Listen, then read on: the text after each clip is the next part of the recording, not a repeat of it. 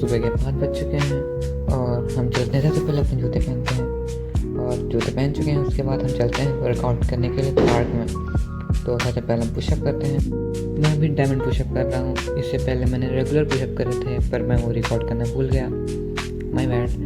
वो मैंने 35 करे थे और इस समय ये मुझे याद नहीं है मैं कितने कर रहा हूँ। बस यार डायमंड पुशअप मैंने 20 या फिर 25 करे थे।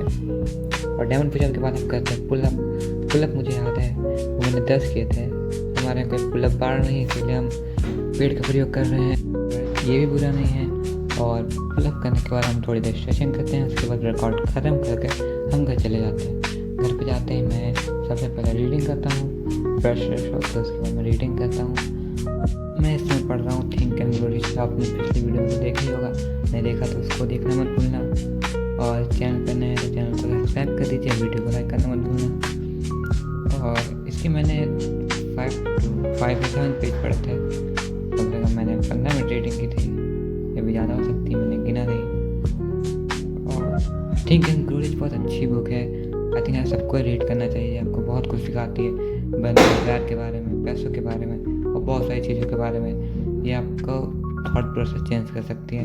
आपके थॉट्स कैसे आपकी लाइफ चेंज कर सकते हैं। अगर आप कंस्ट्रक्टिव थॉट्स सोचते हैं तो और डिस्ट्रक्टिव थॉट्स सोचते हैं तो आपकी लाइफ बर्बाद भी कर सकते हैं। ये बुक हमें ये बताती है। तो रीडिंग करने के बाद मैं जाता हूँ अपनी स्टडीज़ करता हूँ। और सबसे पहले मैंने केमिस्ट्री का काम किया, मतलब स्टडी करी थी। ये मेरी केमिस्ट्री की फेयर कॉपी नहीं है, ये टेस्ट कॉपी है जिसमें हम लोग 5 क्वेश्चन लिखते हैं पर डे और उसको याद करते हैं। ये बहुत अच्छा तरीका है जिससे आप अपने क्वेश्चन को जल्दी लर्न कर सकते हैं। और बहुत ज़्यादा क्वेश्चन नहीं होते, इसलिए आप पे कोई बर्डन भी नहीं होता है। 5 क्वेश्चन ईजिली आप रोज कर सकते हैं। तो मेनली कंसिस्टेंसी बनाए रखना ही मुश्किल काम होता है। और मुझे लगता है अगर आप कोई काम नहीं कर पा रहे हैं लगातार तो आपको उसको छोटे छोटे टास्क में डिवाइड कर देना चाहिए। ज़रूरी नहीं आप अगर वर्कआउट कर रहे हैं तो बहुत ज़्यादा ही हैवी वर्कआउट करें रोज़।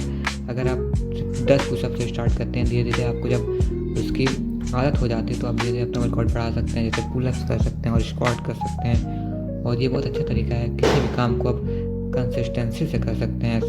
जैसे पढ़ाई भी, अगर आपने अभी तक पढ़ाई शुरू नहीं की है और आप चाहते हैं कि आप जल्दी से पढ़ने लगे और लगातार पढ़े तो सीधे 6 घंटे पढ़ने से अच्छा आप धीरे धीरे अपने टाइम को डिवाइड करिए। आप थोड़ी दे दीजिए सारे सब्जेक्ट को रोज़, फिर धीरे धीरे टाइम को बढ़ाते जाइए। जैसे आपको आदत लग दीजिए और टाइम बढ़ाइए, इससे आपको बहुत फ़ायदा होगा। आपको पता भी नहीं लगेगा आप इतने टाइम आप दे चुके होंगे स्टडी को और कंसिस्टेंस हो चुके होंगे कि आप बहुत ही आगे निकल जाएंगे। आई थिंक सबको ये ट्रिक अप्लाई करनी चाहिए।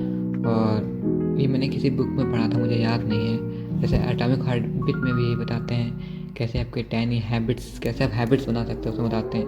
जैसे आपने पढ़ा होगा क्यू, क्रेविंग और रिवॉर्ड सिस्टम, ऐसे कुछ होता है।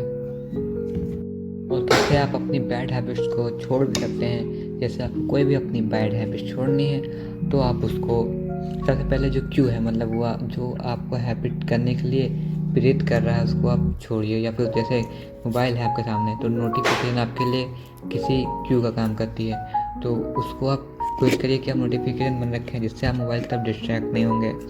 और क्रेविंग को अपनी कंट्रोल करें, किसी और चीज़ से उसको रिप्लेस करें। क्रेविंग को कंट्रोल करना मुश्किल है पर कि कहीं और ध्यान लगाना ये आप कर सकते हैं और ये आप करें।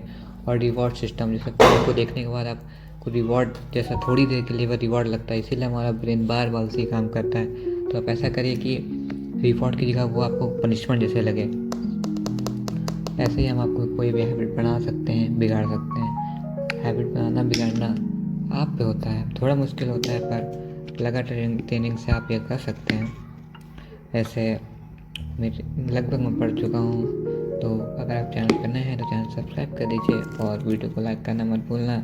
और दूसरी वीडियो भी जल्दी आएगी, तब तक के लिए बाय, थैंक्स फॉर वॉचिंग।